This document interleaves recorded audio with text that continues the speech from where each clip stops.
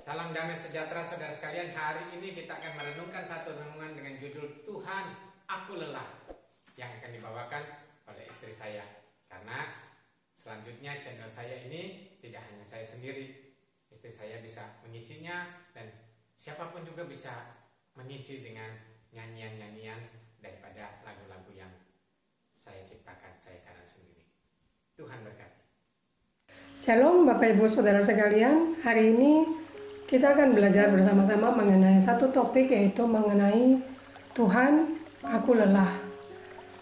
Rasanya sudah mau menyerah karena terus saja dipaksa mengalah.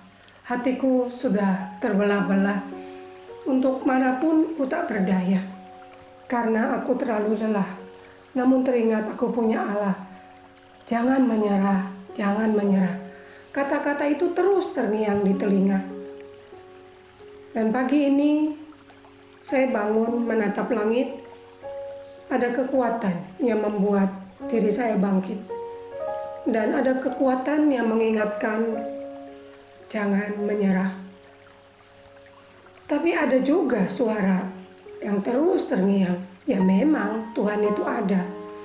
Tapi kalau Tuhan itu ada, mengapa hidupmu terus berdarah-darah? Ingatlah bahwa ada Tuhan, Dia sumber kekuatan untuk Anda dan saya tidak menyerah. Dia mau Anda dan saya tetap melangkah, walaupun hanya selangkah demi selangkah. Tapi Tuhan mau Anda dan saya tetap belajar melangkah. Ada kalanya memang kita lelah, duduklah sejenak, lalu kemudian bangkit lagi untuk melangkah. Selangkah demi selangkah, walaupun hatimu berdarah-darah, dan itu sungguh membuat kita lelah. Tapi ingat, kita punya Tuhan. Ada Allah, jangan menyerah. Ada kalanya memang Anda dan saya dibiarkan sendiri, menyendiri dengan luka-luka di hati.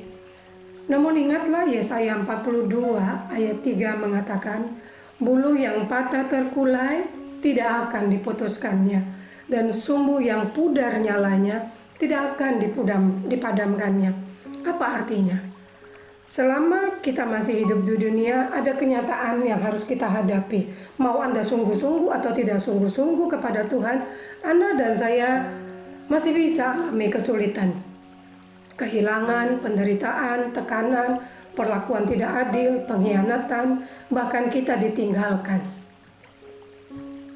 Waktu kita alami semua itu, hati kita patah, semangat kita runtuh, pikiran kita buntu, kita terkulai, tak mampu lagi tegak berdiri, hanya terduduk, diam. Ini seperti yang Yesaya katakan, bulu yang patah terkulai, sumbu yang pudar nyalanya.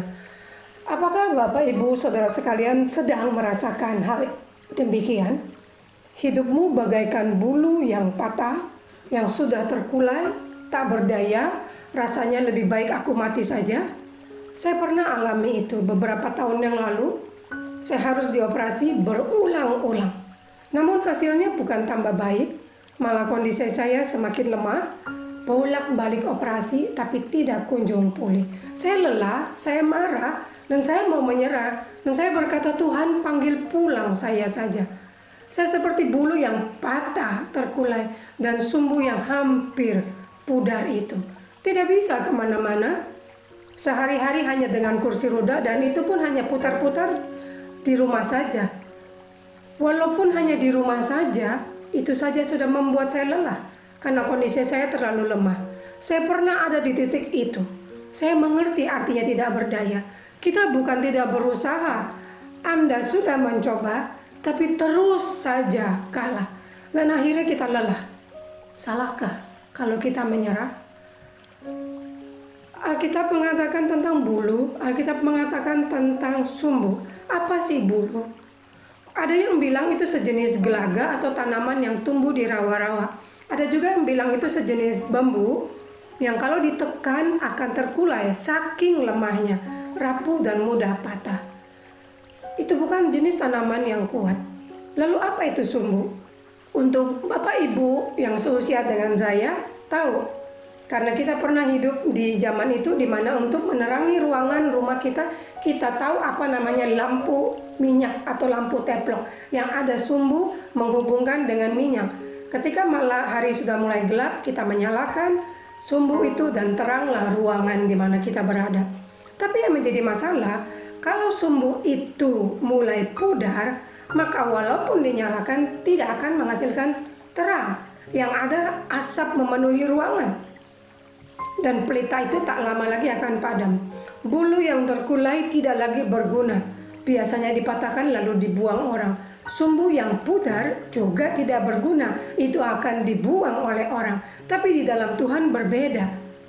Terkulai yang sudah hampir patah tapi tidak akan dipatahkan. Yang sudah pudar hampir padam tapi tidak dipadamkan. Karena apa? Karena Anda dan saya punya Tuhan. Dia peduli dengan yang sedang terkulai. Dia peduli dengan semua kita yang sudah mulai pudar. Manusia bisa melupakan, pasangan bisa meninggalkan, keluarga bisa membuang. Tetapi di dalam Tuhan tidak demikian. Dia memegang, dia menggendong, memeluk saudara dan saya. Karena kita berharga bagi dia. Mungkin hari ini memang kita sedang seperti sumbu yang sudah mulai pudar, seperti bulu yang sudah terkulai, tapi tidak akan dipatahkan. Anda dan saya punya Tuhan. Yuk bangkit. Tuhan tahu kok kita sedang lelah. Tuhan tahu Anda dan saya mau menyerah. Dan Tuhan mengerti kalau Anda dan saya sedang marah. Tapi Tuhan juga mau Anda dan saya tidak menyerah. Karena walaupun terkulai, tidak akan dipatahkan. Walaupun sudah mulai pudar, tidak akan dipadamkan. Di dalam Tuhan, Anda dan saya akan tetap bisa bersinar, akan tetap bisa berdiri, karena kita punya Tuhan. Tuhan Yesus memberkati.